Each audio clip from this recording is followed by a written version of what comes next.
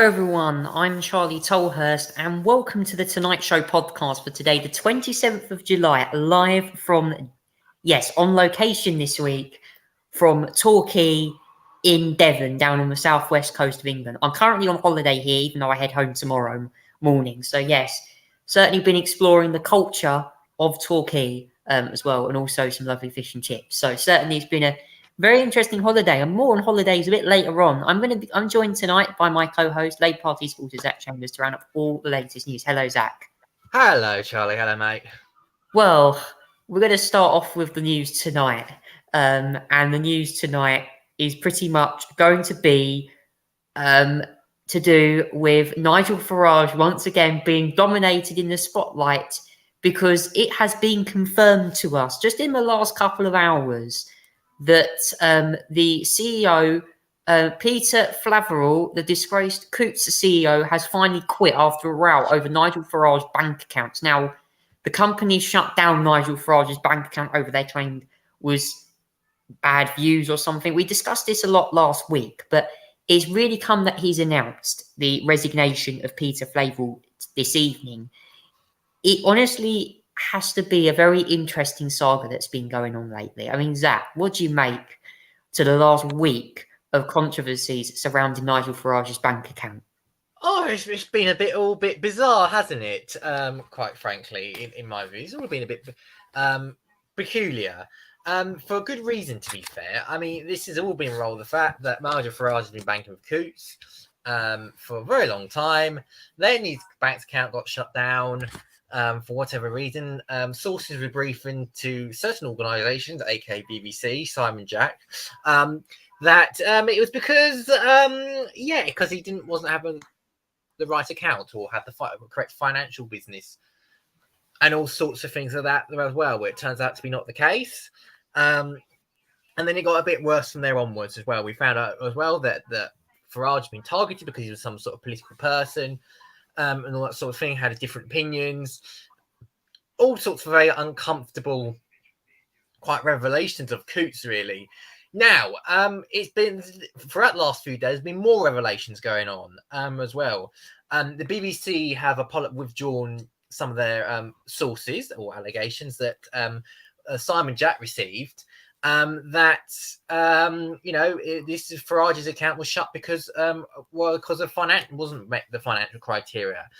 It turns out, quite in a nice stunning revolution, that the senior source that Simon Jack was briefed to was in fact the CEO of NatWest, Dame Rose at the time, which is quite honestly quite stunning to be the senior source. Now, obviously, you as a journalist, you wouldn't really get rid of your sources. But obviously, Alison Rose was the person that was briefing Simon Jack, the business correspondent at the BBC, about what their claims was about Nigel Farage, obviously, and the reason for the bank account being shut down, which turned out not to be the case anyway, due to the obviously put Nigel Farage in a system access request as well. And yeah, it's quite stunning to see the CEO of NatWest at the time briefing to a fellow journalist, which they may not know the whole story about claims, about Nigel Farage's bank account. It obviously didn't end there as well. I mean, like on Wednesday, obviously not on Tuesday. The board had a meeting. They voted at confidence in Dame Alison Rose and to do the job. And then Number 10 started the briefings, saying that they had little confidence in her. Looks like the government ministers a lot of confidence in her. And then, the briefing was so much that the NatWest obviously started calling an emergency meeting at 11 o'clock in the night. And then the wonderful hours of 1:30 the following morning, Alison Rose was gone. Out as CEO of NatWest after emergency board meeting. But then again, the resignations have still not finished there as well. Today, we've had another resignation as well of and within the NatWest group as well. It's the CEO of Coutts at the time, Peter Flaverall. deciding that his position is no longer tenable. Now, in response to obviously this, Nigel Farage called for the whole of the NatWest board to step down over this affair. I mean, it looks like the CEO of Coots has resigned. The CEO of NatWest has gone as well. So Nigel Farage has took out a few high-profile people in the banking industry just over a matter of an account closure, as well. And then just I have to say, like I said last week, I don't really agree with a lot of what stuff Nigel Farage to say. I mean, you I mean, one of the biggest people disagree with Nigel Farage as well. But nevertheless, I think this treatment of his has been a bit crap, to be honest. I mean, he's entitled to at least some banking account, no matter what the political purpose of it, unless he was doing it for money laundering or that sort of thing, which I don't think is the case. It's just then it's especially harsh. And number two, I mean, surely Coots would have known about his political views for so long now that he's been banking there for ages. Like I said last, he's been banking for their ages. What's changed before now compared to 10, 20 years ago when Nigel Farage was a politically active person? And the question is, I think the simple is nothing. Nothing really changed. I mean, Farage shares views that I don't agree with, but it doesn't mean he can't be entitled to a bank account. At the end of the day, so this is a big embarrassment for the banking industry, and it just makes you wonder what else is going on? How much of this is happening to other political figures as well? Do we know about other figures that are potentially right wingers that are, getting their bank accounts shut down because of their political views? I mean, it's a serious stuff here. I'm not a fan of shutting someone's accounts because of their views. I mean, it might be a laugh sometimes if it's not on your side, but I think. Oh, unfortunately, my friend Zach does seem to be having some technical issues at the moment. So I will try and pick the show up for you. But yeah, the CEO of Coots is in trouble right now. Surely when someone quits, you quit. Simple. It has had problems there, which I understand that. Oh, Zach, my friend Zach is back now. I'm back. I don't think my internet liked my approval for Raj for whatever reason. It decided to cancel. My internet cancelled me for a couple of seconds there, which was quite shocking. Even my internet can't put up my praise of Nigel. Slight praise of Nigel Farage. It's a bit weird there. It did it last week as well. To be fair, I don't know why I did that, but I think it's. I think it's quite shocking, really. This has come to this, and to be honest as well, this should not be happening just because you're a politically active person that may have different views. Yeah, I don't agree with them, and yeah, I wish they sort of never really said it, but they are who they are, and they should at least be tied to a basic human right of storing their money somewhere, wherever that, regardless of whatever views they potentially have. It's a bit weird. Yeah, it's going to be an interesting discussion, this bank account thing. And we'll let you guys know in the comments what you want to say. Please comment down below what you have to say on this. It's a big issue at the moment, the bank account issue that Nigel Farage is facing. It's been going on for a week or two now. And I'm sure, please comment down below the Tonight Show podcast or Chazza Squad. Get any of your views in, any questions that we want to ask. And we would like to answer any questions. Please comment down below. I'd love to hear your opinions. Now, moving on to the big question now. We're going to talk about the ULEZ, or ULEZ, and many people call it the Ultra Low Emission Zone, which is meant to be coming out at the end of next month under Sadiq Khan's plans. Now, Sir Keir Starmer has blamed the Labour election defeat in Boris Johnson's home constituency, or former home constituency, should I say, North and South Ruislip, as well, the problem why the Conservatives are still held on there. So it seems like Mr. Khan is attempting to basically, according to Labour and even some Conservative MPs, attempt to basically make Londoners damage damage the taxpayer, in other words. I mean, Zach, this ULEZ expansion under Sadiq Khan's plans is certainly not going down well with members of the public, I have to be honest with you.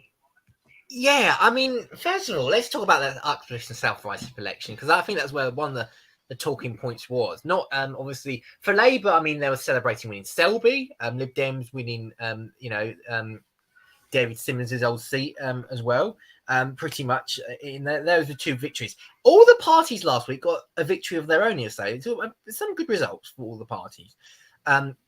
Conservatives held on Uxbridge and South Ruislip. The Lib Dems won their seat as well last week, and the Labour Party won Selby, overturning 20,000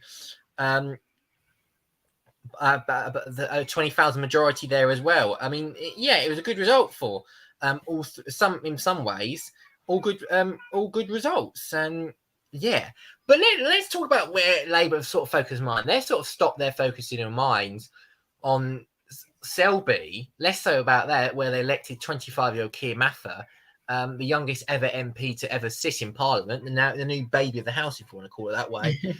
Their focus has been on Uxbridge and South Ruislip, where they lost by 500 votes. 500 votes. When some were brief enough that they're probably expecting to win, but only by a small margin. They actually lost the seat there to the Conservative. Well, they didn't gain the seat for the Conservatives. The Conservatives managed to hold on there. And the main issue that's been blamed, as you probably mentioned there, Charlie, is the ULEZ, the ultra low emission zone. That is being expanded from the Greater London boroughs to sort of the outer London boroughs as well, and that's due to come in end of next month as well. Now, the ULEZ issue came a lot up in the doorstep as well. It appears, especially in the places like Uxbridge and South Ruislip, a lot of people are opposed to ULEZ expansion. I mean, pretty clear from that one. It looks like, from my understanding of my things as well, that the Conservatives managed to turn out some anti-ULEZ voters on the doorstep, which allowed them to give them a slight victory in the South Uxbridge and South Ruislip by-election as well. So it looks like ULEZ was the one that cost Labour the by-election. Now, it looks like Labour have been very divided on this issue recently. Keir Starmer, who was someone who was in favour of ULEZ expansion and in principle, has been very tetchy now that they're responsible for the by-election losses in some ways as well. The Labour leader has suggested to Sadiq Khan that he has considered carefully about the measures. Now, he's not saying that the London Mayor should scrap the ULEZ expansion, but he's not exactly ringing endorsing about it. He's called on it to reflect as well. And it appears that he's blaming pretty much the election loss on ULEZ expansion, which obviously Sadiq Khan is in charge of.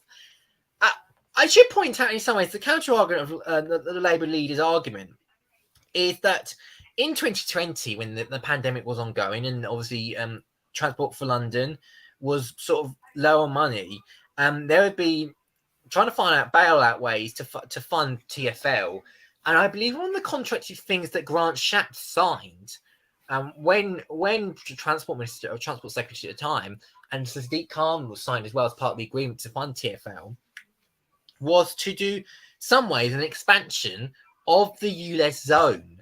So in some ways, this in legally terms, this could have been unavoidable in many ways as well.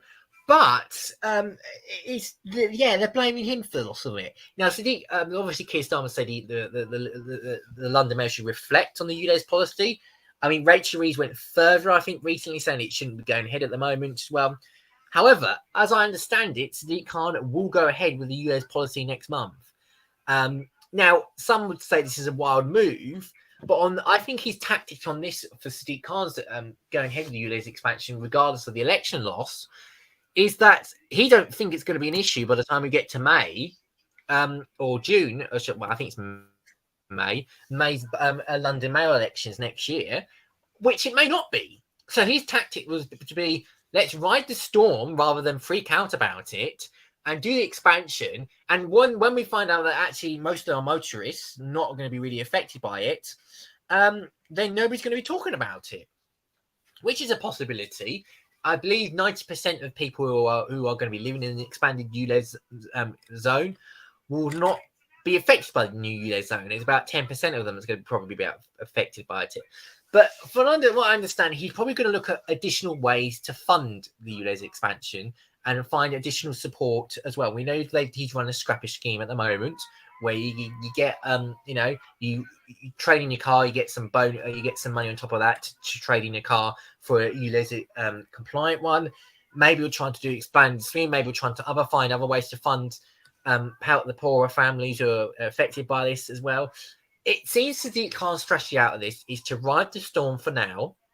And then when we get to May, don't worry. Because by May, the ULEZ expansion will be happened. And the Conservatives are not going to be able to run an argument, oh, yeah, ULEZ expansion, scrap ULEZ expansion. Because there won't be a point. It will be happening already. So I think there's a bit of freaking out at the moment on Labour because of the fact is we've obviously there's always want to be able to find bring policies that are affordable for families, but at the same time they're talking about scrapping the ULEZ expansion, the leader's office, whilst we see burning fires in Greece and the hottest record temperatures on the UK as well. It makes you wonder: are we taking green issues seriously at the moment? And I think there's a question of a bind at the moment. Is whether ULEZ is contributing to financial problems or a necessary need to save the planet from pollution and all that sort of thing as well. I think, Labour have got to reflect hard on this. There's big division in the party at the moment. I think, in my view, they should ride out the storm for now. The ULEZ expansion is happening next month. This month's clearly a protest vote. The by-election was clearly a protest vote. The ULEZ expansion is happening next month. We're going to find out, though, whether the mayor has got the authority to do that, because I believe there is a court decision tomorrow. A legal challenge was brought against the London mayor, whether he could actually expand the ULEZ zone. So we're going to find out about that decision tomorrow. And if the courts grant Sadiq Khan the right to expand ULEZ, it will probably happen next month. And yeah, I think the tactic is ride the storm, and then we'll be okay when we get to May time. In the London mayoral elections, and then the Conservatives might not have an argument to stand on. Now, Zach, I have to say, obviously, this is a big question here. Look at this map that I found to all the listeners out here. Yeah. This is the map of London, which is the capital of England. This is where the whole of the ULEZ zone under Mr. Khan's new plans would fall. So basically, not just in London, you've got places like, I don't know, Rainham, Hornchurch, that are going to be in there, Dagenham, Barking, parts of Surrey, Croydon, Bromley, Orpington. We know Bromley have had very strong opposition against it because there was a Conservative MP who's been there camp protesting against the ULEZ expansion. I forgot the name of the Conservative MP, but there is one that's been there that's protested against. We've got Mitcham, Kingston upon Thames. Some of the places there that I mentioned are going to be falling under Mr. Khan's new £12.50 rule. So it will, honestly, I mean, look, I have to be extremely careful what I say here, but the fact is, these poorer families, okay, there are people out there who are obviously poorer families, people that are on lower incomes, and also people out there like essential staff, like healthcare staff, who have to get to work and stuff, and they take their children to school, university. Now, during the cost of living crisis, that will severely affect them. And Zach, I have to say, and this is a question for you and all the listeners, do you think that given the current state of the cost of living crisis, this £12.50 charge will really affect particularly poor households on lower incomes? I mean, yeah, it will do. And I've sort of been reflecting on this, obviously, since Labour lost that by-election up Bristol South Ruislip as well. I think as well, maybe, so here's the idea I've got in my head, right, okay? Maybe just, I think in principle they should go ahead with the expansion, but maybe do it slightly differently to where it is in, say, Greater London had a £12.70 charge. Once they get expanded, maybe half the price of the cost of actually getting a ULEZ zone, going to the outer London, the new areas of the ULEZ zone. Maybe half the prices, maybe, and then gradually increase it in line with inflation potentially in the future. So then it eventually comes up to the cost of the current ones in, say, like years or two, or maybe year and a half, 2 years time. So rather than going, say, 1270 straight away, let's just half the price potentially, or go even lower than that. Let's say about £6, for example, rather than 1270, and then gradually increase the price in line with inflation until we reach the 1270 mark in a year or two time, so that it's actually a gradual phase in, and then it's less costly for families potentially as well. I think obviously it's not great time with it being a cost of living. I mean, they're going to have to adapt it eventually if they want to reach target somehow. I don't know how long you delay it for. That's the only problem. Do you delay it until January? Do you delay it until February? Don't mind a slight delay, but then again, if you're the London Mayor, I think in this occasion, I think you want to get ULEZ straight out there straight away, because then it will have less chances, if you then stop delaying it, of costing you election potentially in May. If you delay it, you're going to be likely they're going to hold you to account on the ballot on this. Whereas if you do it now, you may get some short-term criticism for now, and it will come costly to your ratings. But once you find out that most of them are ULEZ compliant, people might forget it quite easily. So, like I said as well, I think they should start it, but at a discounted price, and then increase it in line with inflation, and then to the point where they can reach the 1270 mark in a year and a half, 2 years time, so it doesn't feel like a big rush on everything like that as well. But that's probably my idea of things. I mean, I in principle, I like a low emission zone idea.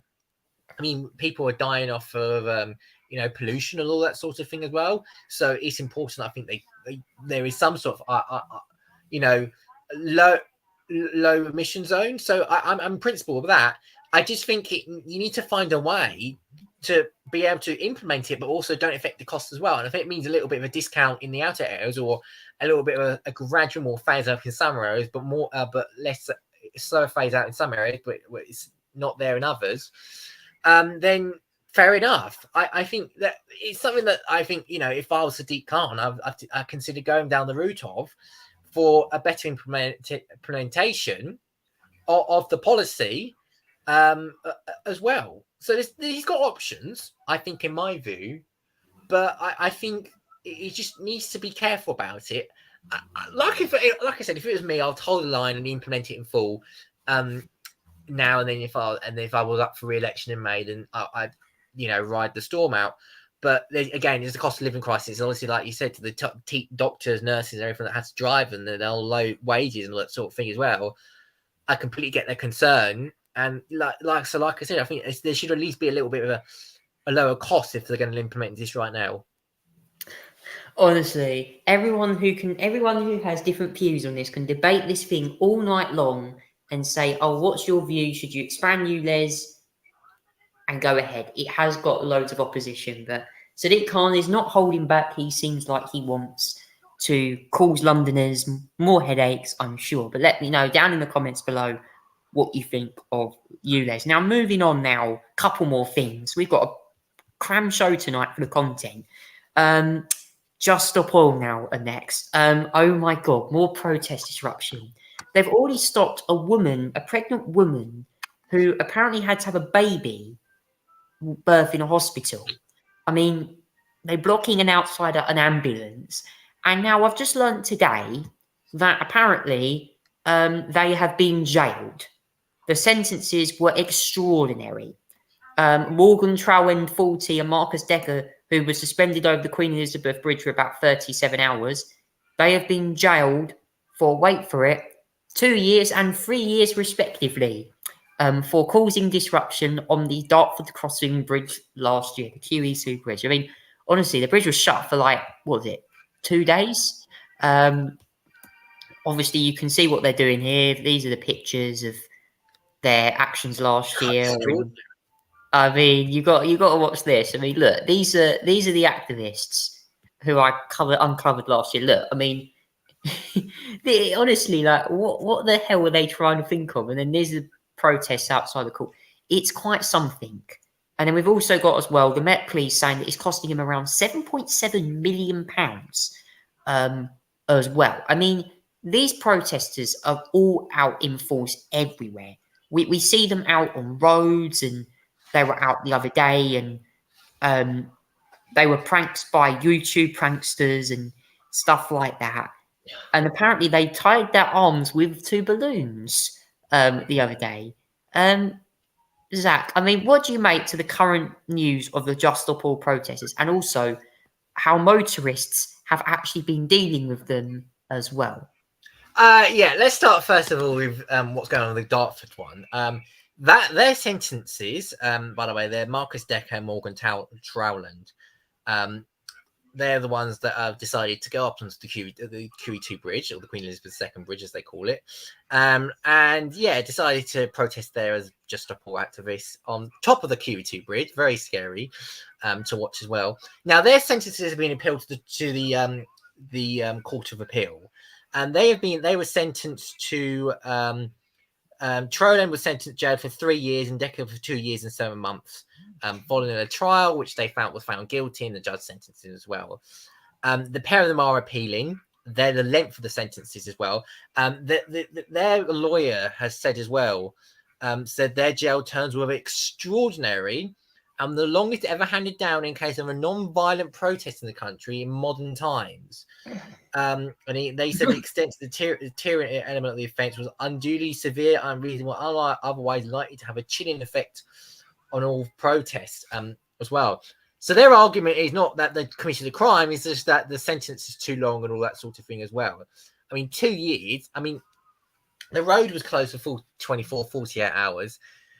They nearly cost themselves alive. I can understand that sort of thing as well. Is it 2 years and 3 months appropriate for sitting on top of the thing and then ruining a motor's life? I mean, I don't know. It's a bit of a weird one, a strange one to judge on it anyway.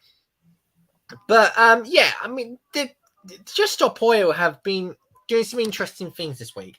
I want to mention something that happened on, I think it was Kay Burley's show this week, where they we had the bizarre spectacle of a Just Stop Oil protester doing an interview on Kay Burley's show.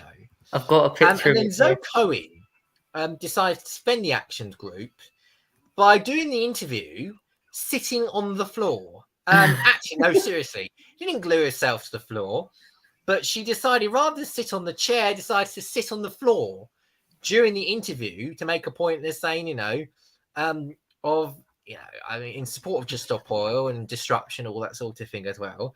I think it's a bit weird, to be honest, as well. And quite frankly, quite odd that they decided to sit on the floor to prove their point. I mean, I'm not sure. I think they were doing it for attention in some ways, in many ways. But it was just a bizarre sight. Watching just some random Just Stop Oil protesters decide to be interviewed on the floor rather than a chair behind him, as well. So yeah, but it appears to have been, as like I mentioned, there's been counter protesting against Just Stop Oil. They've been pranked by YouTubers. YouTube's done by Archie Manners as well, who is some sort of YouTuber and content creator. I've never watched him, to be fair, so I have no idea what he's like. But he did a viral prank by arms tied to balloons, setting off alarms and attaching them to balloons during the meeting. John Peters and Archie Manners, known for their stunts under Josh and Archie, staged a prank group they held beyond Effed banquet meal on Sunday at the Heritage and Arts Centre in East London, and they showed personal safety line attached to helium balloons emitting a deafening noise as they float towards the ceiling. I've not seen this, so it's a bit weird, but it's a fascinating tactic, and one that seemed to be quite effective in getting the views and attention it needed. Yeah, and also I forgot to mention as well, there was a protester who also disrupted the Open Championship golf last week as well. I think it was Brooks Koepka that actually grabbed the protester and basically said, "Oh, I'm going to hit you. If you get hit, I'm going to hit you with my golf ball or something." One of the golfers said that live on the. Honestly, that was so funny. I mean, Imagine if a Just Stop All protester went out onto the 17th hole at the Royal Liverpool Golf Club and jumped on the hole, and the golf ball landed right on his head. I mean, that would be pretty crazy. But yes, I mean, this was the moment. I'm going to play for you this little clip now of exactly what happened when they disrupted a Sky News interview and talking about climate change in this way. It's a weird one. Have a listen to this.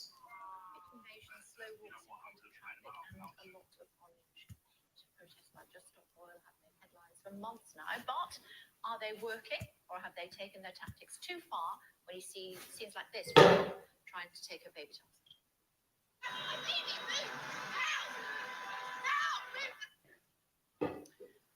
Zoe Cohen, Just Stop Oil spokesperson with us, and Rupert Reed, who was an Extinction Rebellion spokesperson but now runs the Climate Majority Project. Hello to you both, thanks for joining us.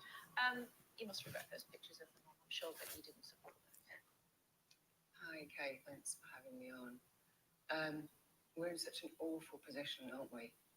That unless we cause material disruption, it just doesn't get reported. I was on the streets of London with 100,000 other people at the end of April, and it got barely any media coverage, and we peacefully surrounded Parliament. Almost no media coverage at all. Sadly, we are in a position where our government and those in power force us into this position as ordinary people. I'm an ordinary mum, Kate. I empathise 100%. I hate disrupting people, but we have no choice. We have been trying every other approach for decades. It doesn't work. Look what's happening in top stories. 10,000 people in roads. 1 billion people are going to... What happened with that mom? I mean, she was taking her baby to hospital. We have a very, very clear blue light policy. I was on the roads a couple of weeks ago. We did a full week of slow marching. We have extremely clear blue light policy. We get off the road whenever there are any emergency vehicles. I understand 5 minutes later that march was cleared by the police. The police come incredibly quickly. Often we're only on the road for 2, 3 or 5 minutes. The delays are very short. London roads are delayed all the time by heavy traffic. This is tiny, tiny delays. We get out of the way for blue lights. Have to see things in perspective. Our living world is collapsing, and it is being done. You see, unless people do things that are slightly transgressive, non-violently transgressive, people don't notice the difference. So if I do this, Kate, if I sit on the floor in the studio, it's a bit different, isn't it? And it might get noticed because I'm transgressing the rules of an interview. People don't normally do this in an interview, do they? But it's completely non-violent. I'm not threatening anyone, but it's a bit different. So it's an analogy, right? We have to do things that are different to make people notice. When you do things that the people in power are basically funded by the oil lobbyists and the climate deniers, you know, the Tory party had 3.5 million quid last year alone. When we know this, we ordinary people are up. Yeah. Thank you, Zoe Cohen. I'm going to stop you there because, I mean, for a start, you claim that you're trying to block people going to work and stuff, and block roads. The only choice you got. It's just stupid, honestly. Lock these people up immediately. Comment down below what you make to Just Stop Oil. Now, moving on. Now we've got one more thing before we jump into the sports news. The United States, there is a lot of news going on at the moment. Now, we saw a video released by former President Donald Trump, who basically has met lawyers and federal prosecutors in an election probe. That was despite saying that the January 6th indictment will destroy our country as grand jury, and also the grand jury has meet again. He also went on his Twitter feed, Instagram stories as well, or social media pages, and criticised Ron DeSantis on farming as well. Zach, what did you make to the former president's attack ads the other day? Yeah, I think he knows another indictment is coming soon by the looks of things. This one, it looks like Donald Trump is on his way to getting his 3rd indictment this year, the 2nd federal one. This time, Jack Smith is continuing his investigation into Donald Trump and other allies of the president as well, for this time not involving the classified documents case, but this time involving the 2020 election, where it looks like some crimes may have been committed. It looks like the Jack Smith investigation things from conspiracy to various ranges, probably wire fraud, intention, obstruction of justice, potentially obstruction of the vote. I mean, several crimes that the president could well be indicted for, and is going to be decided by a federal grand jury in one of the DC courts, who are going to decide whether to vote on charges or not for Donald Trump. Now, I should point out, and I've read this at the moment as well, obviously Donald Trump's was trying to get ahead of himself. He thinks he's going to be indicted, clearly, by putting out all these attack ads. I think one campaign he put out yesterday was talking about how the deep state is trying to ruin everything as well. Probably a load of nonsense. But yeah, this wouldn't be. It wouldn't be surprised if sooner or later we get a second federal indictment of Donald Trump for 2020 election related matters, maybe even January 6th related matters. We don't know whether it will be covered January 6th or just 2020 election overall. The probe is starting to wrap up there by the looks of it as well. Now, the gradual grand jury is met today. It doesn't appear they've dropped any indictments today. So we're probably going to not find out it today unless they've decided to charge him yesterday and we don't know about it undercover or anything like that, or under seal. And they're keeping it in tight-lipped for now. But it doesn't look like there's been any court decisions today or grand jury decisions today regarding Donald Trump. The court is out of session. The grand jury is now out of session for the day, as I understand it. So we may not hear anything about it until next week, because the grand jury does sit in DC Tuesday to Thursday. So we may not see anything about this next week, or we may hear something about this week, and we just don't know about it. We don't know. Okay, we don't know. But what the likelihood is there is very likely going to be another federal indictment of Donald Trump relating to the 2020 election. And there's pictures out tonight of Fulton County, which is in Atlanta.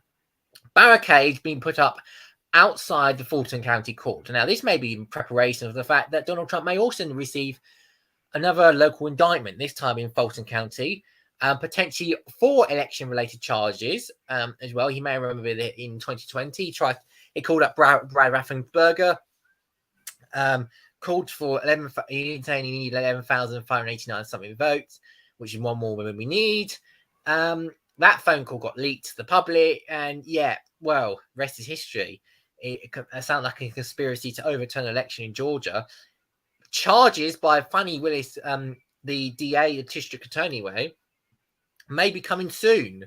And the barriers have been put up from what the footage showed. So it may possibly be, next week, that potentially we find out another, maybe one, even maybe 2 sets of indictments for the former president. It's going to come down soon, I think. Whether it's this week or next week, we don't know. But at the moment, I watch out. I think another indictment of Donald Trump is coming soon. It's going to be very interesting to see how we get on with that. Please comment down below what you make to Donald Trump's indictment. Again, as I said, I will not give my views on this show, as we have to stay as impartial as we can be on certain issues. Now it's time for the sport briefing. Now we have got a busy amount of motor racing news to announce. Now I want to start off by talking about this weekend's Formula E finale at London. There is going to be a lot on the line for the championship. Jake Dennis leads the championship going into this final 2 races of the season. Formula E will race tomorrow and Saturday at the Excel Centre in London. Docklands, of course, being home for the final 2 races of the season. Now, we know that obviously Jake Dennis has a real shot at the championship, and also does Nick Cassidy, with a very slim chance. So it all comes down to unpredictability in these races. We will be seeing a lot of action tomorrow. Zach, these final 2 races for the Formula E season are vital for the drivers. Yeah, I think, by the way, Charles, I think you might have got the dates mixed up. I think it's Saturday and Sunday. Saturday and Sunday, yeah. Yeah, don't worry, it's absolutely fine. But yeah, Saturday and Sunday, it's the last 2 rounds of the Formula E season in London as well. Jake Dennis is leading the championship by, I believe at the moment, by 24 points. All he would technically need is to get pole position and then finish in the top 10, at least get a point or 2, finish 9th or something like that. He needs to get pole position and then finish 9th or 10th, and then his championship's won. then it will be over for him. It will be over, and Jake Dennis will then become the world pretty much champion of Formula E as well. I mean, it's been a long time going about the matter for him, but it looks like, you know, he's about to become a British champion on home soil, which should be the perfect place to do it. But like I said, he's got to get through race one. He's got to, you know, if he doesn't get pole, he's obviously got to finish, I don't know, 6th, 7th, something like that. And the others obviously behind him don't finish. Obviously have to, you know, finish behind him. And then he's obviously won the championship as well. So yeah, that's the role for him. There could be other, you know, there could be other scenarios as well where he could not even score any points, have a disaster race one, and then be potentially 1 point behind going into Sunday, which would be honestly would be a massive turnaround. But I can't see it like that. I think the title could be decided Saturday, in my view. There it is. Nick Cassidy is the closest contender. He's 24 points behind. Nick Cassidy has got to win, and I hope Jake Dennis has the disaster in qualifying of the race on Saturday to be able to get ahead in the title standings. If Nick Cassidy does that for Saturday, then boy, Sunday's going to be extremely intense as well, and it could go down to the wire. But I don't know. Jake Dennis, I think, is the favourite to wrap this up this weekend. He only needs a couple points, and then we don't have to worry about Sunday's race as well. But yeah, it's in London this weekend. It's on the ExCeL Centre in London. It's a bit of a weird one. This track, because obviously it's a half in, half out circuit. So it's an indoor track and it's an outdoor track as well. Most of it's outdoors, but some of it, like the start finish line, is actually indoors. And it's a weird format of a circuit, but it's interesting. It's quite unique in some ways as well. And it will be, at the most, you will probably get the best possibility of a wet, dry race if needs to be possible. I'm not going to look for the weather here as well for Saturday, because it is possible on Saturday and Sunday it may end up raining both days as well. There are showers predicted, but it doesn't look like, it's possible for showers Saturday as well. Sunday, again, possible showers. Let's look at here. I'm going through it. They don't race until about 5 o'clock, I don't believe, as well, UK time. So it looks Sunday, it's going to be dry. Saturday, possible shower as well. And if we do get showers, the track will be dry to wet, because the indoors of it will be completely stone dry. You can't get wet indoors, can you? So it will probably be a wet to dry circuit if it does rain, which will be very challenging. But the circuit's unique, and the racing will be unique as well. All Jake Dennis needs to do, at the most, gain pole position, and then finish in the top 10, and then remain 28 points ahead. At 20, he needs to be 25, so he needs to have the others have a terrible result. But as long as he finishes ahead of Nick Cassidy by a couple of points, then it's all over. Jake Dennis will be will win this year's Formula E season. So a lot can happen, but my likelihood is I think it'll be wrapped up by Saturday, as long as Jake Dennis performs in the car. Yeah, and I mean, look, these two will be going for their maiden title. I mean, the top 4 are all going for the maiden title. John-Eric Vergne's the only one that's won multiple titles. Stoffel Vandoorne he's had a pretty poor year, let's be honest with you. He's down in 11th after having an awful year in that DS Penske. It's just not been a car that he's been suited to. The Mercedes just seemed to be a lot better for him. But comment down below what you make to the final 2 races for me. Just apologise on this weekend at the ExCeL Centre. Now, moving on now to also Formula 1 now taking place at the Circuit Spa-Francorchamps in Belgium. Oh, here we go again. Yes, again, unpredictable weather for Formula 1 this weekend. Now, I just say here we go again because today there was an emotional tribute for Pierre Gasly, paying his tributes at the top of Raidillon in Eau Rouge, where we lost, unfortunately, Antoine Hubert in 2019, and just recently we lost Diliano van Tiehoff in the Formula Regional Europe race. And I have to say, I mean, obviously there's rain forecasted this weekend for the Belgian Grand Prix as well. We've got sprint qualifying weekend as well. We know Max Verstappen controlled the race last time, despite Mercedes getting pole.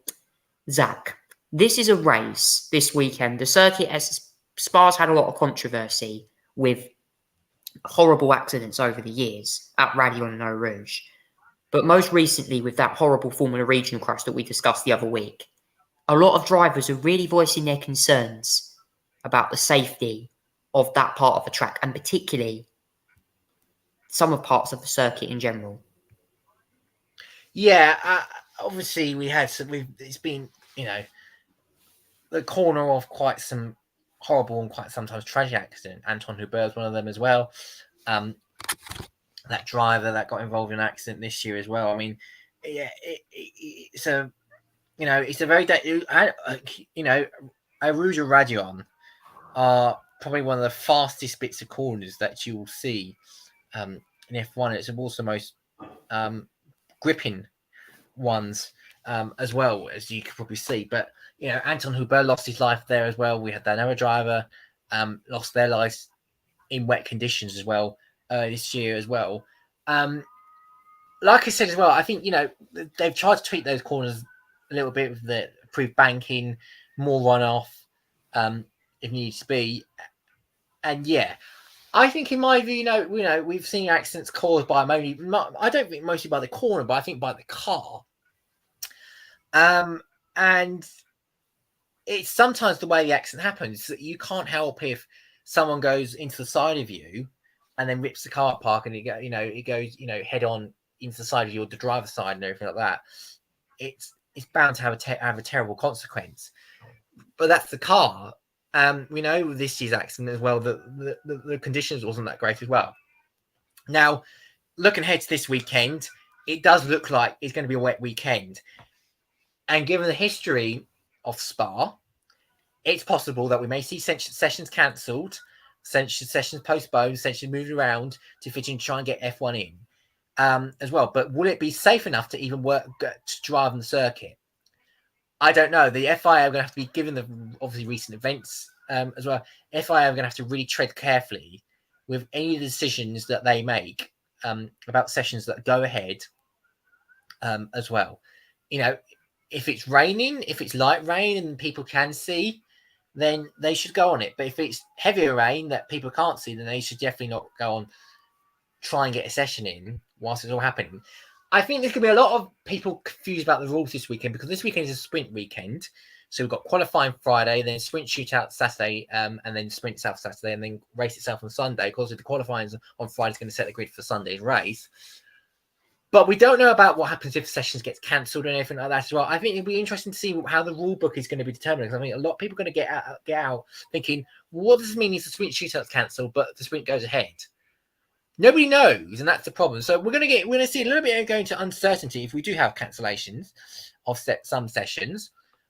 But as well, I think it's important that everyone feels safe when driving, and that hopefully we can get a race in and some sessions in at the most. But if not, then George Russell has called out on the FIA to the F1 to go ahead and be ensuring that they can say that the race can be cancelled if the driving conditions does get too bad, given the past history and everything. So hopefully we do have a race this weekend if it does rain, but also we have to understand as well the safety of the drivers is paramount, and they cannot go ahead in dangerous conditions if it's not safe to be drive on.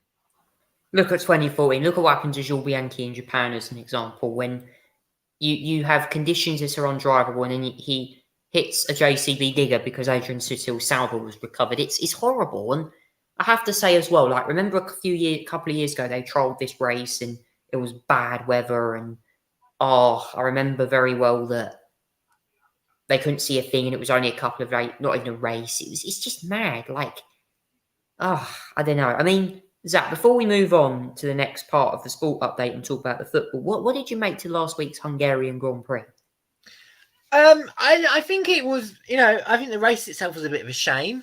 They sort of did the big build up to it after Lewis Hamilton got pole by 3,000th of a second, and we had Verstappen alongside him and Lando Norris in the front row and Oscar Piastri as well.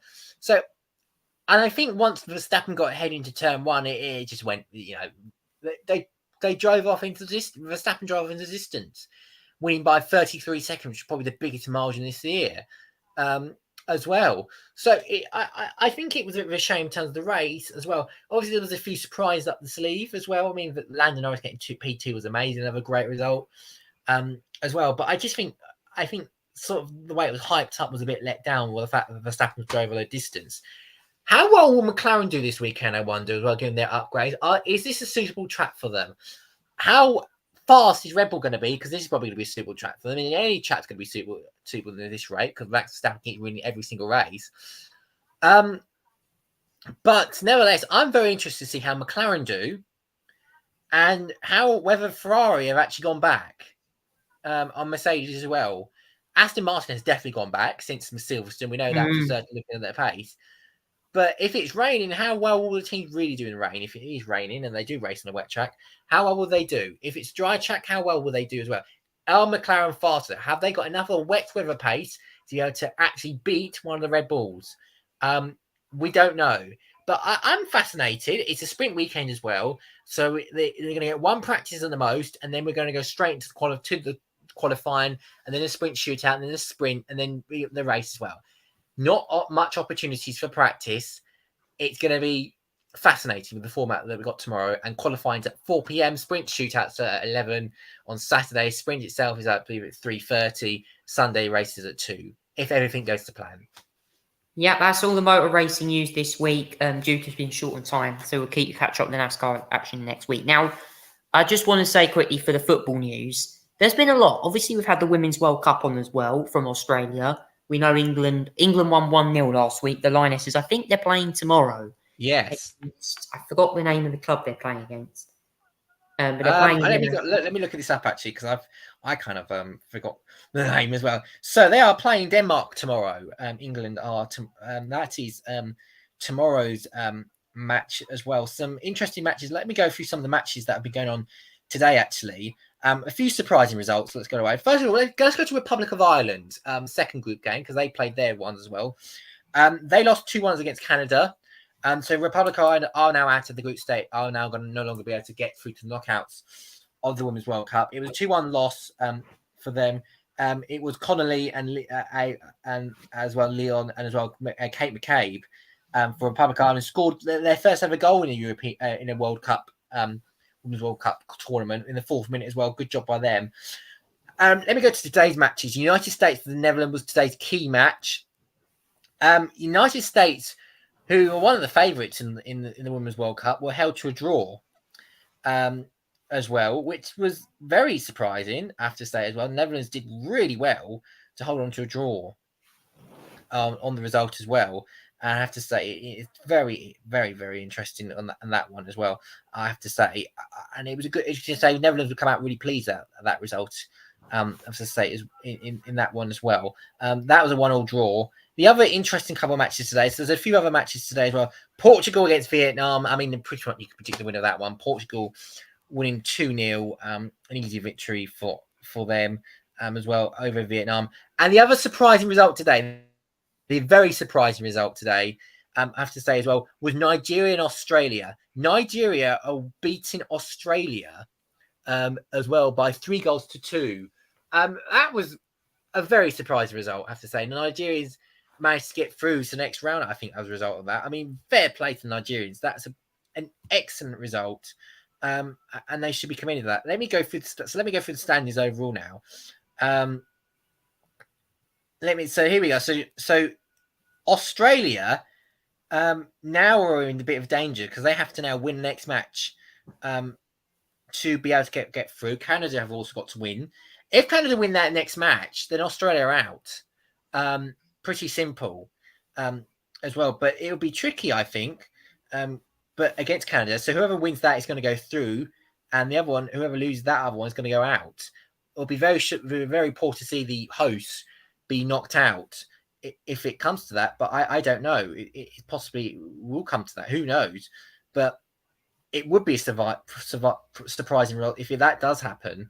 in some ways as well. I'm very fascinated, and if it comes to that as well. But like I said, England are against Denmark tomorrow. They won 1-0 last time. In their first match, I must admit it wasn't England's best performance. The girls' best performance as well. Yesterday, last time they faced. I just didn't think it was their best performance. Now tomorrow they got Denmark, and then I think their last match is against China as well. Hopefully, I mean, they're going to make some changes. We'll see what happens, but I think I put England as the favourites to win against Denmark, definitely. But whether they're going to improve on their performance remains to see what happens to them as well. But yeah, England's matches tomorrow against Denmark in the FIFA Women's World Cup as well, and there are other matches happening tomorrow as well. If I get it up on my my phone as well, there's other matches tomorrow, including Argentina versus South Africa. That's 1:00 in the morning. China and Haiti at 12. England and Denmark is at 9:30 tomorrow. If you want to get up early for that one, feel free to on that one. Then the other matches on the Saturday will include Sweden, Italy, France, Brazil, Panama, Jamaica, and then the final round of matches begins on Sunday, the 30th of July. South Korea, Morocco, Norway, Philippines, Switzerland, New Zealand begin at 8:00 at the same time, and then Germany, Colombia at 10:00, and then Republic of Ireland's last match of the tournament will be at Nigeria, and like I said as well, China and England on Tuesday, the 1st of August at 12:00 in the afternoon as well. So yeah, much to look forward to as the Women's World Cup continues. Yeah, plenty of Women's World Cup. And for the men's football, Zach, obviously the champion EFL is going to start very soon. Also, the Premier League. But in the Premier League, plenty of transfers, including, obviously, potentially Kylian Mbappe leaving PSG. Yeah, Kylian Mbappe has been the centre of the story, actually. He wants to leave PSG for free at the end of his contract next year, which PSG are not going to allow. They have actually put him up for sale. It was rumoured, actually, that PSG had got a deal done with one of the Saudi teams for a record-breaking, was it £259 million or something like that. Kylian Mbappe has turned that down. He wants to go to, I think the likelihood for he wants to go to Real Madrid if he's going to be his next club. And I think there's some speculation he'll be some sort of pre-contract agreement. I think Arsenal will link with him too, I think. But I don't think he'll go to the Premier League. I don't think he's interested in the Premier League. I think he wants to go to something like Real Madrid as the other opportunity as well. Speaking of Premier League, one player we're not going to see next season is Jordan Henderson. He has switched to... He's going to go to Saudi Arabia as well. He's going to go to new Al Ettifaq. I can't spell it. Ettifaq. I'm going to swear otherwise if I sound like I'm saying it, so I'm not going to bother. But Jordan Henderson, the Liverpool captain, has left Liverpool. He's gone over to join Steven Gerrard's Saudi Arabia side. Now he has actually received some criticism today, as well from some fans, as well, who have criticised his move to Saudi Arabia because he was an ally of the LGBTQ community. And now the fact he's switched sides to a Saudi Arabia club, where Saudi Arabia, traditionally is you get the death penalty potentially if you are even gay over there, as well. It's quite something. And there's also a video going around, I think, of when he was announced at Al Ettifaq, I'm just going to call it that. They changed the armband, which he was wearing a rainbow armband, to a black and white armband, as well. That's been criticised by some activists as well as LGBTQ whitewashing in some ways. But yeah, I mean, there's a lot going on in the Premier League transfer market at the moment, as well. There is a lot of stuff that we know. Jordan Henderson is now gone, as well. I mean, we don't know what the future is of Harry Kane still at the moment as well. We've seen Harvey Barnes recently move to Newcastle. That's a good move for him, as well. But we don't know others where like David De Gea is going at the moment. We know. In some ways as well. Castillo, as well, is another one that Chelsea want, who are going to be bidding lots of money for. They had an £80 million bid rejected. Right, Chelsea to £80 million. That's a lot of money, as well. So they clearly see stars in Moses Caicedo. Chelsea really do. Obviously, Brighton really do rate in high value. But at the moment, it looks like £80 million not enough. He wants to, Chelsea move to Chelsea.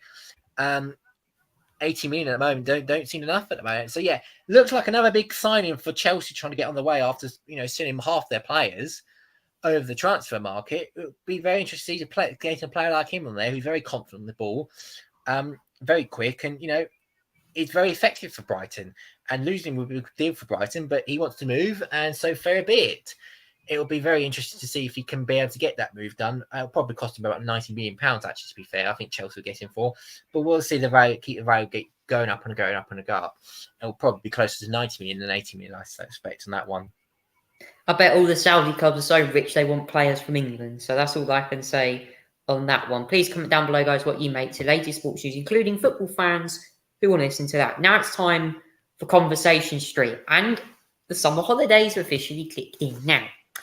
I want to talk to you about them because obviously, who doesn't love, of course, going on holiday to your favourite parts of the country? This week, we're going to be talking about Haven and particularly the Seaside Squad. Yes. Now, recently, the Seaside Squad have been updated. And, well, I'm going to talk about them in a minute. But if you don't know the Seaside Squad, it's basically a group that have been around for a long time and have been founded by, obviously, Rory the Tiger, who is, of course, the Haven Park mascot. He's been around since the 1980s. And, yes, there is lots of talk about the Seaside Squad. Now, basically, it was originally... Rory the Tiger originally was around when he was obviously a lot younger. He's a musical artist. From the early 1980s, he began popping up around Haven Parks alongside other jungle-themed characters such as Anxious the Elephant, Greedy the Gorilla, Manic the Parrot, Sylvester the Snake, and also known as the Tiger Club, which is part of the Haven Holidays Entertainment. You can get parts like the Orchards, Devon Cliffs up here in Devon. So there's really a lot in common with the Seaside Squad. Now, I'm going to show you some pictures, guys, of the Seaside Squad. And in particular, what they look like. This is an original picture or original photograph of the Seaside Squad, which I found here for you. Now, obviously, the Seaside Squad features, obviously, Rory the Tiger, Bradley Bear, all that kind of stuff on it. I've got an original picture here for you of it. When I do... get my thing to work. There it is, guys. That's the original Seaside Squad there for Haven. I'm also now going to show you what they've done to the old characters, to the new characters, as Bradley Bear will become gender neutral and renamed to Jazz. So I thought I'd show you this. This is the original Seaside Squad, and now the new Seaside Squad don't look like this. They now, you wait for it, guys, look like this. There they are, guys. The new Seaside Squad who are in action. Now, obviously, it is a conversation segment. I know a lot of people have said, oh, they're woke and stuff, and all that kind of stuff is coming. Now, obviously, I will read the statement from Haven that have announced this. It says on here, our fabulous foursome are back at the heart of our entertainment programme in 2023 to keep everyone from the teens to the tots entertained with a range of shows and interactive sessions. Annie, George, Jazz and Rory make up the Seaside Squad, Haven's much-loved mascots, on a mission to help clean up the coast using their superpowers. So you can see what is on the shows. There's stage shows. I'll just give you a name. You've got Look for the Purple Banana, Seaside Squad Let's Dance. We're going David Bowie there, interestingly. They also have Shooting Stars, Vanny and Jazz, Level Up with Jazz and Rory, George's Colourful Chaos, Annie the Fabulous Hero, Rory the Plant Protector. I mean, Zach, obviously Haven do obviously a lot of shows for these new characters, but what do you make from the old characters compared to the new characters? Do you think there's obviously a change, and do you think the change for Haven is an interesting decision? Do you know what? I've not seen much of Seaside Squad because I'm not really. I'm sort of grown out of Seaside Squad. But anyway, I'm not sure what the point is of making these characters gender neutral in any ways as well. I just not really any purpose, is there? I'm just going to remember the Seaside Squad. It's the Seaside Squad of the past. Now, obviously, this is obviously showbiz and everything like that as well. There it is. There's the old Seaside Squad, looking in their very traditional, fancy, very unique suits, in many ways, as well by Haven. I mean, they all look very good and everything like that as well, and not surprising in many ways. But like I think they obviously they're iconic characters. They obviously do lots of different stage shows. I mean, very very suitable for kids and everything like that as well. And it's all fun and games, and they look very entertaining. They look very much the right thing to do for children and families who want to do everything like that as well. I don't think when the need to make them sort of gender neutral, because kids really shouldn't be learning this stuff at like extremely young ages and all that. I just think keep them as it is. We don't. I mean, like, obviously, if you want to make a little change to their character and everything like that, make them up to the 21st century, like 2023 standards. Doing the possible genders, I don't mind them if to be fair, I don't mind them being gender neutral, but I think it's just a bit odd. There's no need for it to be done. So yeah, the characters are the characters. Annie, George, Jazz, Rory, don't need to be gender neutral. They just need to be who they were. I don't mind them, like, if they really wanted to make them gender neutral, but it feels a bit, bit strange, to be fair, to make them, if they really wanted to turn it into that. And some will say it's woke, some say we'll enjoy it.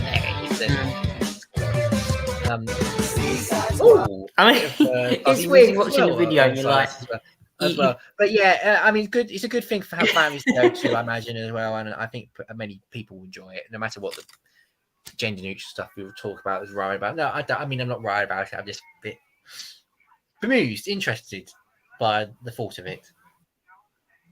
It's a very, I was going to say it's a very sensitive subject. And obviously last week, Adventure Island had to apologise after they got someone out from, I think, Rapal's Drag Race to also perform in front of children.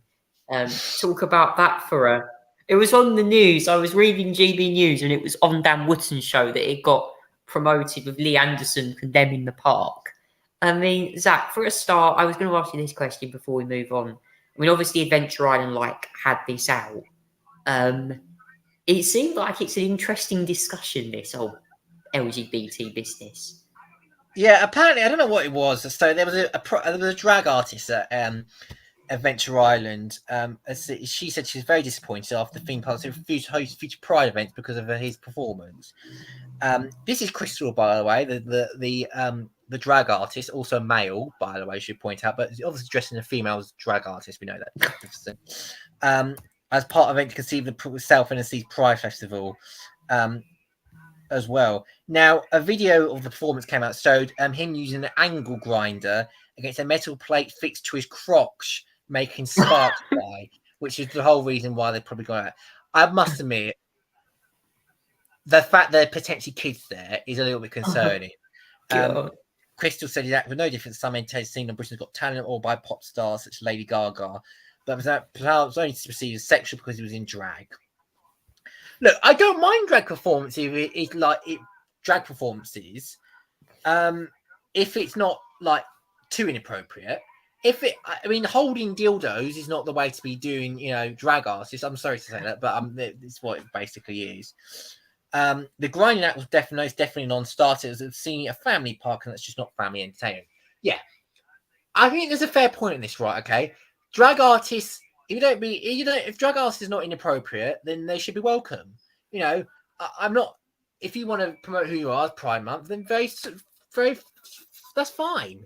But if you're holding, grinding things and stuff that you stick to your pinky, and there's kids about, it's just not the way to do it. Do other acts. There's lots of ways to be a drag artist and to be appropriate and enjoy yourself while it as well. It's just ways to do it. So yeah, not just probably best not if you did it this time. For the Crystal, it's probably best to stick to the more appropriate action than rather than just sticking stuff around your plobby area. It's a very, very, very sensitive issue, guys. Please comment down below what you make to the latest news from Conversation Street. It's now time to talk about the latest newspaper headlines now on Press Preview, the part of the Tonight Show podcast where we go all things newspapers. Let's have a look at tonight's newspaper headlines, or should I say tomorrow's newspaper headlines as well. Now, we have got the papers out for you. The Guardian goes, end of an era has arrived and it's terrifying, says the UN chief. Now, that comes after hot temperatures and heat waves continue across parts of Europe and Spain as wildfires also part through Greece as well. They're passing through the country. Now, the Mirror goes, the real cost of our throwaway fashion. Recycled UK clothes to dump in West Africa. Oh, dear.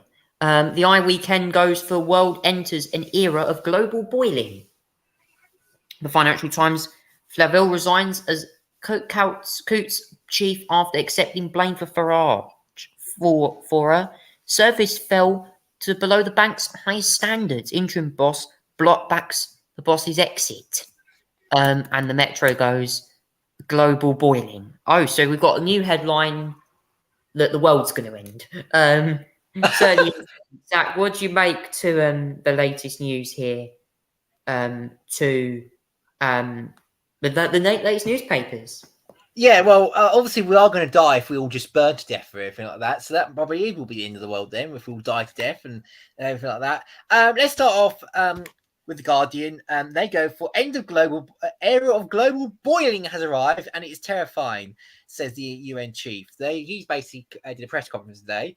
The era of global warming has ended and the era of global boiling has arrived. That's according to the UN General Secretary. He said, our society confirmed that July was on track to be the world's hottest month on record.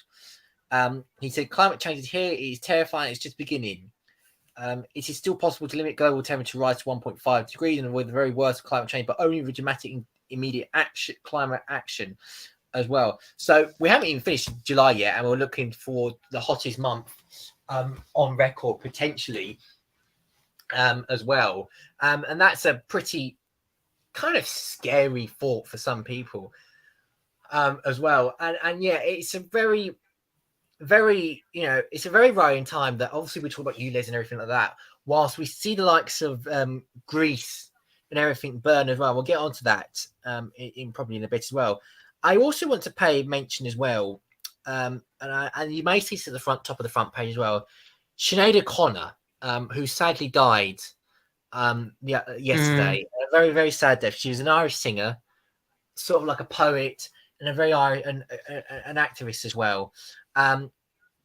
She was a great singer, and she was brilliant. Honestly, she was absolutely brilliant in terms of her singing, her activism, and everything like that as well. I just thought I'd mention it because honestly, she's an iconic figure in Ireland in many ways for her contribution as well. And our most favourite, she came up with some very famous song, Nothing Compares to You, which was, hugely popular at the time. It was very popular. It was it was named the #1 world single in 1990 by the Billboard Music Awards, and that's how popular it was. She died yesterday, very sadly. And unfortunately as well, no suspicious causes of her death, but she did collapse in her home, found unconscious at home. It was just all I would say is rest in peace. A fantastic singer and an icon in Irish society as well, with her activism as well. It's really good. It's a shame to lose that as well. Moving on to the other stuff as well, the Daily Mirror, the real cost of our throwaway fashion. It talks about British love of fast fashion is through an environmental catastrophe in Ghana. Many items donated in the UK are so cheaply made that they can't be used, so they are dumped in other parts of the world, including Ghana, where the seas look horrible, the clothes quality is awful, they are ditched, they garment in rot on a beach as well. This is a complete, and the Daily Mirror calls it an environmental disaster. It is so terrible that our clothes qualities are not recyclable, and are so poor quality that they cannot be recyclable. They have to end up on a beach somewhere in Ghana where it just declines even further. It's how do we allow this to happen? You know, people in Ghana need suitable clothes because their economy is not actually that brilliant over there. They got a lot of poverty. They got a lot of homelessness. They've not got a lot of things. And the fact they're throwing this away, we're selling cheap clothes of that quality, and we're throwing it away, is bad for the environment and bad for society in general. That we this to do it. It's shocking, and I'm glad the Mirrors have highlighted this. The eye also goes for world enters the era of global boiling, as well. We've had UN Chief Warner about this today. Joe Biden's talked about it today. Climate threat is now extended for global. 100 million are placed under heat alert in America because of the warm weather that's going on. Scientists are revealing July to be on track to be the hottest month ever. Average temperature will hit 17.5 worldwide on 6th of July. Yeah, I think, you know, it just feels like at times that it feels like nothing's been done. It just feels like, you know, we say all this action and nothing's been done.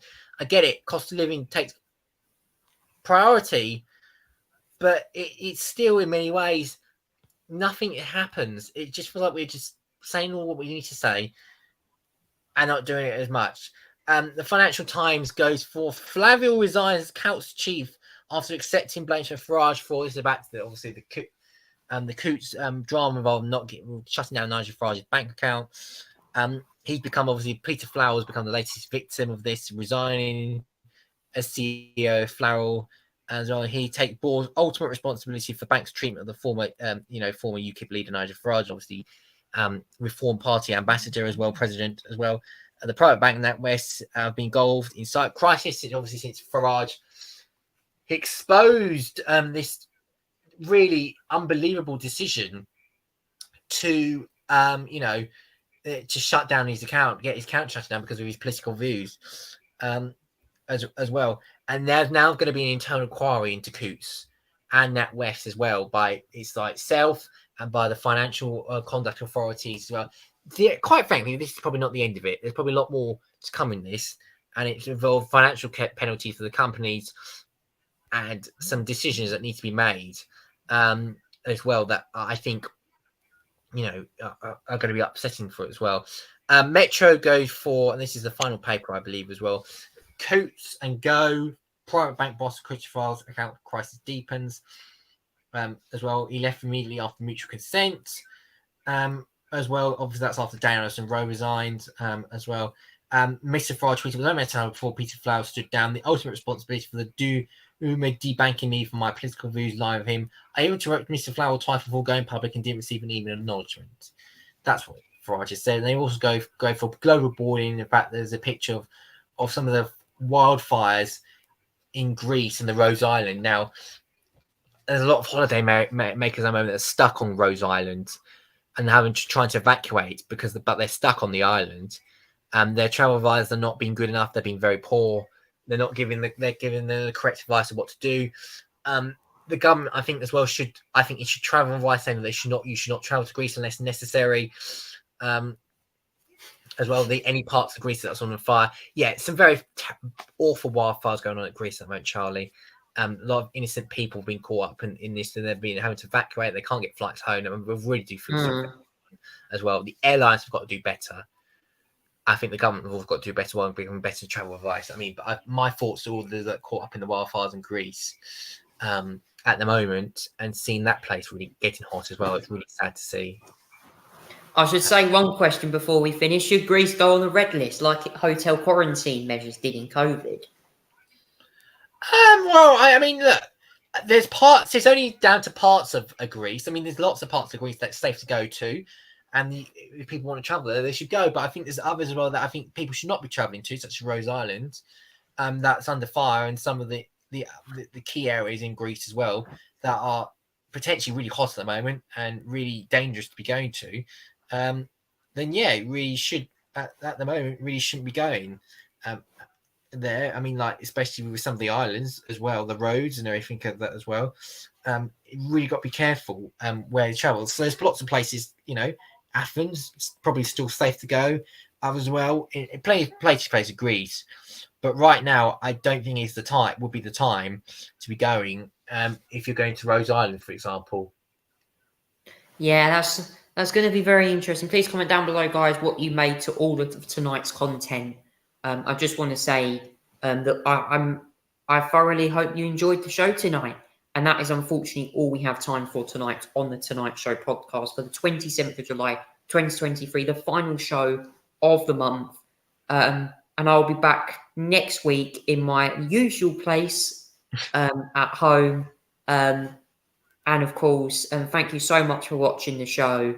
We'll be on around the same time next week, probably around 9 o'clock, just after, for all the latest news. And I certainly have a long drive home tomorrow morning. So yes, we'll see you guys again next week for another episode of the Tonight Show podcast with me and Zach. Thank you so much for watching. Take care and good night.